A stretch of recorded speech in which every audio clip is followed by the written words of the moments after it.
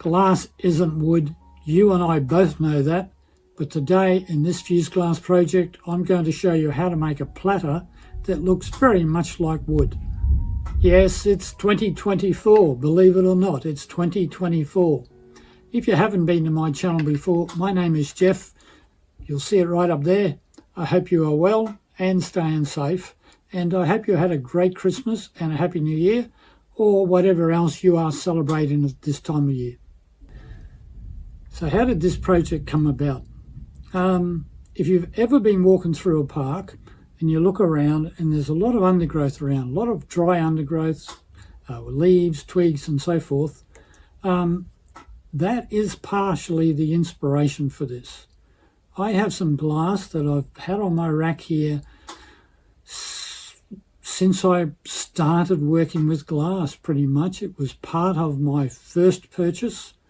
It's a beautiful piece of glass, as you'll see in a moment, and it and the undergrowth is the inspiration for this piece.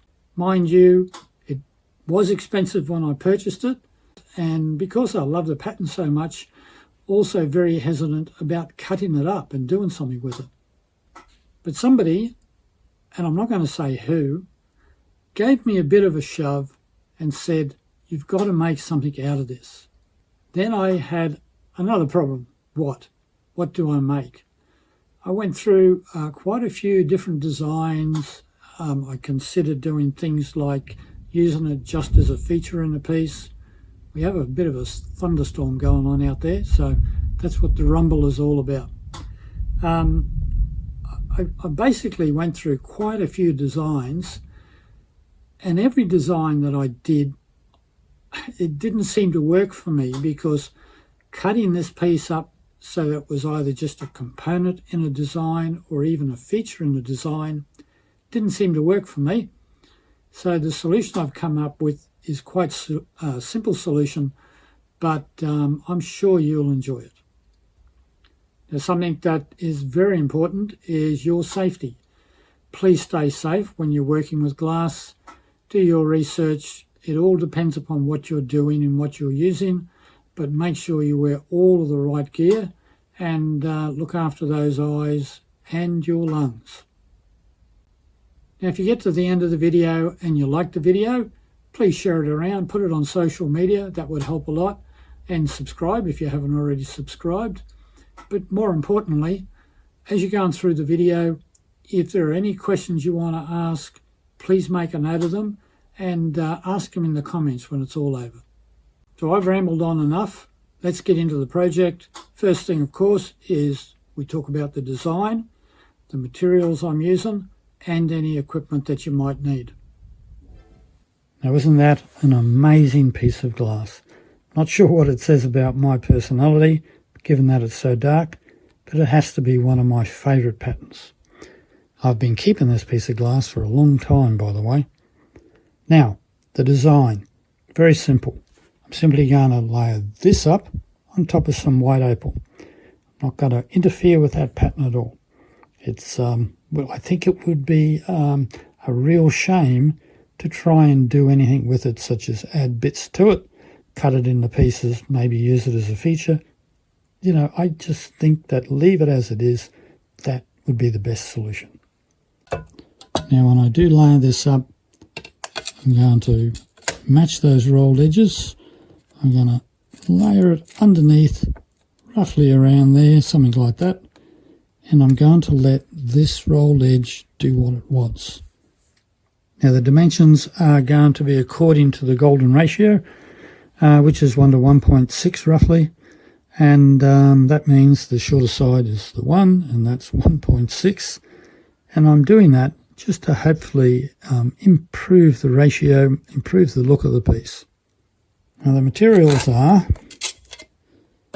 simply 2209, which is the streaky brown, 0113 opal white, and you can still buy this. I've had this for quite a few years, but you can still buy it because I checked on the Bullseye site. Now, when it comes to equipment, if I'm not happy with the 3 straighter sides, I will probably use my flat lap and grind them flat.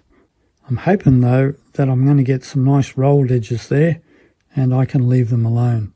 If I do have to grind the edges, it just means that I will have to do a fire polish to polish up the edges before I slump it in my mould.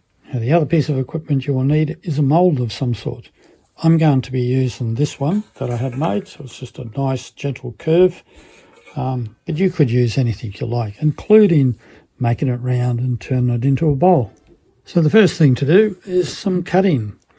I will be cutting it lengthwise that way first, and then I'll trim off this broken piece at the top here and do this piece down here. And if I break it, I'll cry. I'd love to know what you think of this pattern. Tell me in the comments just what you feel about it.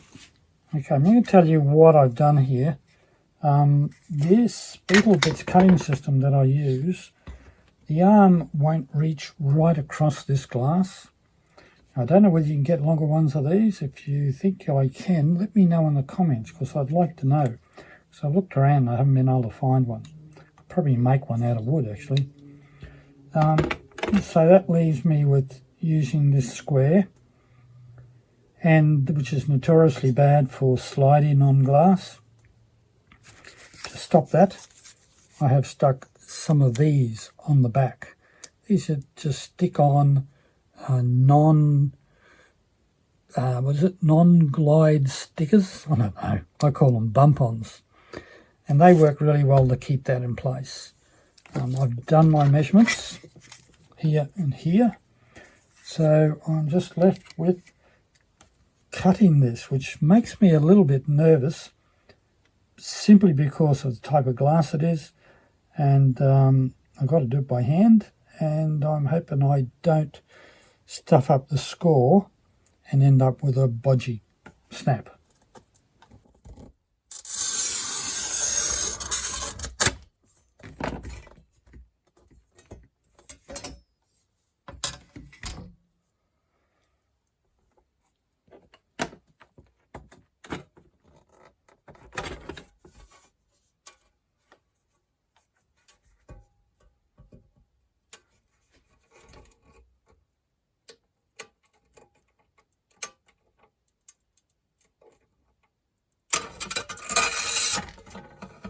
Whoa, wasn't that lucky? Got a little bit spray on the very end there, but fortunately that is in the part that doesn't bother me. By the way, I'll just show you this. So this is what I've got on the back. I've just got these on the back, and they're very good at stopping it moving around.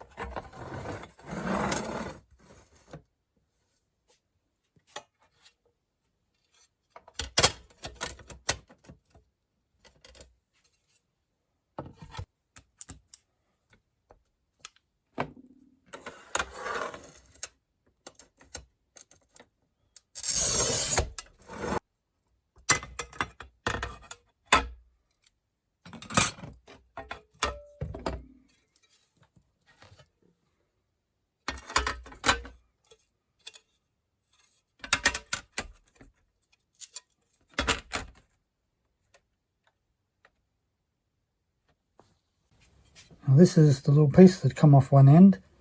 It doesn't look fantastic that way, but turn it over and it's got a really nice pattern in here, and I think that would make a really nice feature in a bowl or something like that, even if you cut it out into a circle. So I've cleaned this all up, make sure I've got my base on the right way around, which is all correct. I'm just going to line this up on the edges. So I've got my correct overhang on the other side there. And into the kiln.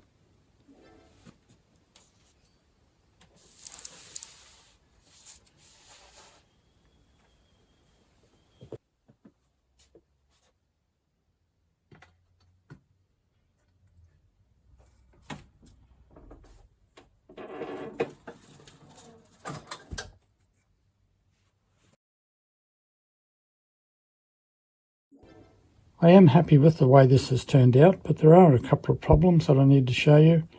But first, the positive. These edges have turned out quite well. They're nice and rounded. They're a little bit out. As you can see, it's pulled in a little bit here. But other than that, they're pretty straight, so I won't be touching those. And this edge here, which was the rolled edge, has worked out really well. You can see that how the pattern has sort of developed around these bumps and that. Looks like it belongs there. So very happy with that. On the back, as expected, that was the original shape of the rolled edge for the white. And the streaky has melted and pulled itself down around, filled that in. Pretty much as expected. What I'm not happy with is the divot that I've got that I will have to fix up. Now, the simplest solution to that is to sandblast it and then fire polish it. I don't want to put, say, clear powder on that and then fuse it again, because that will force it to move even more and these edges will probably change. So the next thing is just simply to give it a sandblasting and then we'll fire polish it.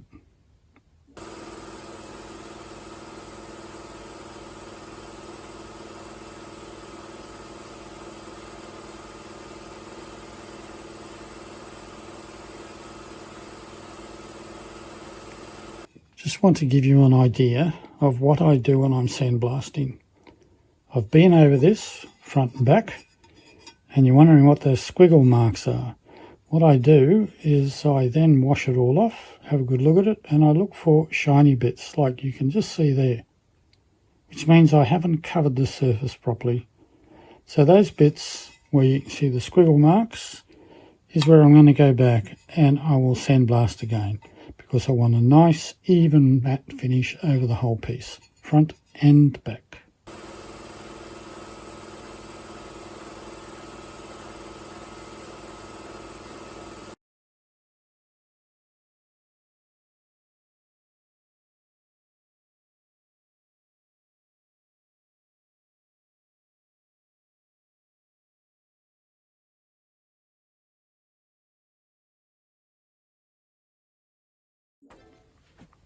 So there's our polished piece. Fire polish went well. Got a nicely polished piece, front and back. So now it is really just a matter of putting it on the mould, getting it in the kiln and doing our slump.